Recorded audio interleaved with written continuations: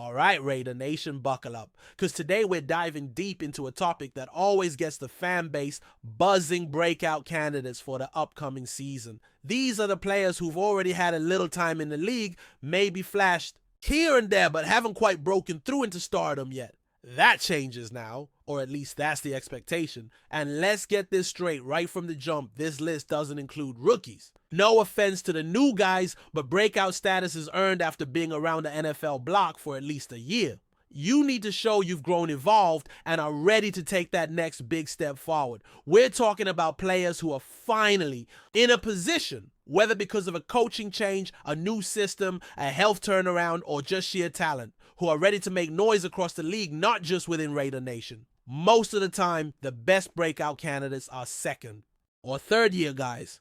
Why? Because they've had a taste of what the league demands, they've felt the speed, the physicality, and now they've had an offseason to adjust to improve and to come back stronger. And if they're in a better situation, maybe with a new offensive coordinator or a scheme that fits their skill set, it's the perfect recipe for a career-defining year. That's what we're looking for, not just steady improvement, but guys who will turn heads across the entire NFL, who will have commentators mentioning their names week after week, who will have fans rushing to buy their jerseys because suddenly they're key pieces of this team's identity. Now, before I get into the names, and trust me, these names are going to stir up some conversations, I've got a little challenge for everyone out there repping the silver and black. When you're watching this, just know that I'm probably on my honeymoon, hopefully relaxing somewhere beautiful with my wife. But here's the deal. If this video hits 100 new subscribers while I'm away, I'll drop a surprise update video straight from the honeymoon.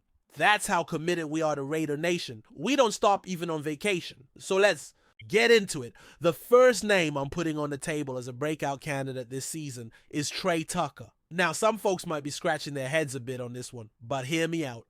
Tucker's entering his third season in the league. He's had some ups and downs, and yeah, the numbers aren't eye-popping so far. Just over 60 catches, around 870 yards, and 5 touchdowns. But those stats don't tell the whole story. This is a guy who's been through a ton of change already. New head coaches, new offensive systems, rotating quarterbacks. It's hard for a young receiver to find his footing in that kind of instability. But now things are starting to settle. The Raiders are establishing a new offensive identity, and the pieces around Tucker might finally allow him to shine. He's not going to be the guy that gets double teamed. That attention's going elsewhere. Defenses will be locking in on Brock Bowers, on Jacoby Myers, and that's going to leave Tucker with plenty of one-on-one opportunities. And if there's one thing Tyrie can do, it's burn defenders deep. Think about how Geno Smith thrived throwing to Tyler Lockett in Seattle. Small, fast receivers with great timing and chemistry. If the Raiders can recreate even a slice of that dynamic between Geno and Tucker, the kid could break open games this season. Speaking of Geno Smith, yeah, we're going to talk about him later on this list. But for now, let's stick with the wideout. Tyrie Tucker has the speed, he's got the hunger, and now he's got the right opportunity. This could be the year he connects on those deep shot stretches defenses and becomes that X factor the offense needs. Every team's got a burner. The question is, can your burner also catch run routes and earn trust in key moments? That's what we're going to find out with Tyrie. Now let's shift gears and talk about the big boys up front. One name that absolutely deserves recognition.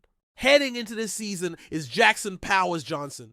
This dude is built for the trenches. And I'm not just talking about his size. Though, yeah, he's a beast physically, but also his mentality. He's nasty in the best way possible. He plays with that edge, that grit, that fire that you want anchoring your offensive line. He's not just a center, he's the heartbeat of this line. He showed flashes last year, even while adjusting to new positions and dealing with nagging injuries. But this offseason, he's been healthy, locked in, and ready to roll. When you draft a guy like Ashton Jeanty, who you expect to be a big part of your offense, you better have a line that can open lanes for him. And JPJ is going to be that guy paving the way. And let's be honest, if Jeanty lights up the league, people think he might, the O-line is going to get plenty of spotlight too. And that means extra attention on the man in the middle, Jackson Powers Johnson. Or there's even a new award now for offensive linemen. I'm not saying JPJ's a lock to win it, but he's the kind of player who could put himself in that conversation. The attitude, the motor, the work ethic, it's all there. He's got the respect of his teammates, and he's starting to get the attention of analysts across the league. If the Raiders' offense clicks this year, you better believe Jackson will be a huge reason why. His ability to call protections, recognize blitzes, and just straight up dominate at the point of attack will be crucial. He's got that old school Raider toughness that this team needs more of. Look for him to be the enforcer in the trenches this year. All right, let's keep the energy going. I told you earlier that Geno Smith would make an appearance, and here it is. Now, I know what you're thinking. How can a veteran quarterback be a breakout candidate? Geno's been around forever, right? But let me explain why this could be the year. He truly cements himself as more than just a feel-good comeback story. He's got the tools, he's got the experience, and now for the first time in a long time, he's got the right team around him. 2 years ago, Geno put up 30 touchdowns against just 11 picks. That's elite production. But even then, people were hesitant to give him his flowers. They said he had weapons, that it was a fluke, or that he was benefiting from system fits. And sure, those things matter. But at the end of the day, Geno made the throws, led the offense, and won games. Now, with this Raiders staff, Greg Olsen, Chip Kelly, and even Tom Brady in the building, you have to think Geno's in one of the best football environments of his career. This coaching staff knows how to work with quarterbacks. They know how to simplify things, how to play to a player's strengths, and how to make sure the quarterback is never left guessing. Here's the big prediction. If Geno stays healthy and plays his game, the Raiders are going to be in the playoff hunt. That alone would be enough to consider his season a breakout. And if he does that in the AFC West going toe-to-toe with names like Patrick Mahomes and Justin Herbert, come on. That's respect. That's the kind of season that makes people reevaluate your career. He might not throw 30 touchdowns again, but it's not always about the stats. It's about the wins, the leadership, and the ability to raise the level of play for everyone around you. Geno's in a spot where he can do that this year. And look, we've still got a couple more names to break down, and believe me, you don't want to miss who's coming up next. But if you've stuck with me this far, it's because you're as hungry for football as these players are to prove themselves. These guys aren't just trying to make a name. They're trying to change the direction of this team. They're trying to take the Raiders back to being one of the most feared squads in the league. This is more than just potential. It's about seizing the moment. And this season, more than any other in recent memory, feels like the moment. Let's keep this breakdown rolling with a player that's quietly been waiting for his moment in the shadows, but might be on the verge of something special. Tight end Michael Mayer. Now I know Brock Bowers is the big name in the tight end room.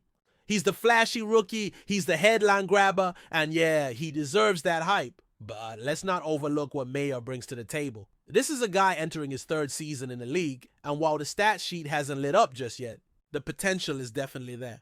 And sometimes that second or third year leap is less about raw numbers and more about carving out your identity on the field. That's what I think Mayer is about to do. Look, Mayer had a rocky start to his career. He didn't play a ton early. Unstepped away from football for personal reasons, had to deal with multiple offensive coordinators and never really got into a rhythm. But now he's back locked in and part of an offense that is making it clear they want to involve him more. The Raiders aren't just saying he's part of the future, they're proving it by the way they've structured this system. They're not trading him, they're not burying him on the depth chart. They're creating a dual tight end setup that if everything clicks could become one of the most dangerous in the league. Think about those old school New England offenses with Rob, Gronkowski, and Aaron Hernandez. Or even more recently, teams that use two legit receiving threats at tight end to create matchup nightmares. That's the mold here. Brock Bowers can be your game breaker, your vertical seam monster, your mismatch against linebackers and safeties. But Mayer, he's your chain mover, your red zone target, your rock in the middle of the field who can block, catch, and give your quarterback that reliable safety net every drive. He's not flashy, but he's consistent. And if he can put together a year with 40 to 50 receptions, 500 to 600 yards, and 6 or 7 touchdowns, that's a breakout in every sense of the word. I've always seen shades of Mark Andrews in Mayer's game. Tough after the catch, good hands, always seems to be in the right spot. Or even someone like Dallas Goedert. Maybe not a superstar, but a guy every quarterback loves to have on the field. That's what the Raiders need, and the way this staff is talking about him, you get the sense that he's going to get his shot. Another year in the league, another offseason to get stronger, to learn the playbook, to sync up with the quarterback. Mayer is primed for that next level. And speaking of next levels, it's time to talk about the #1 breakout candidate for the Las Vegas Raiders this season. Tyrie Wilson. If you followed the team closely last year, you probably remember he was already on a load of breakout lists. And while he had moments, it didn't quite come together the way people hoped. But sometimes that first year is about survival, especially when you're coming off a serious foot injury like he was. He wasn't fully healthy, he wasn't fully explosive. But this year's different. Tyrie is healthy focused and heading into what feels like a make or break season. And I really believe he's about to erupt. Everything about Wilson screams upside. He's got freakish athletic traits, length, speed, strength, and when he flashes is special. But now it's about consistency. It's about putting it all together and proving he can be a cornerstone player on that defensive line. He's in his third season, but in a way this feels like year 2 because that rookie campaign was basically a wash due to injury and rehab. He was learning on the fly, fighting through pain and trying to adjust to NFL speed. That's a brutal combo. Now he's past that. He's had a full off season to train to rehab properly, to add muscle to work with coaches and to study tape. And let's not ignore the motivation here. Tyrie is also heading into a contract year. If he wants that 5th-year option picked up and a long-term future in Vegas, he has to show out. That alone should have him playing with his hair on fire. But there's more to this than just contract pressure. There's also opportunity. The Raiders' defensive line has some uncertainty with Christian Wilkins dealing with injury issues. That opens the door for Tyrie to take on a bigger role, more snaps, and show he can be the disruptor they envisioned when they drafted him. He's got a chance to start opposite Max Crosby and form one of the scariest pass rush duos in the AFC. And let me tell you, if he delivers on even half of the expectations opposing quarterbacks are going to have a rough time. What gives me even more confidence in Tyrie's leap is what I've heard from the coaching staff, particularly defensive line coach Rob Leonard. This is a guy I respect a lot, one of the sharpest minds on the Raiders staff.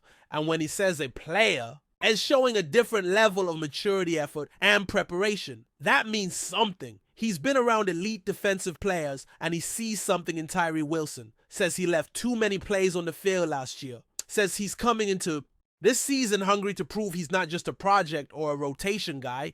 He wants to dominate. And dominance isn't about one sack here or there. It's about setting the edge on run plays. It's about collapsing the pocket consistently. It's about drawing double teams so your teammates can eat too.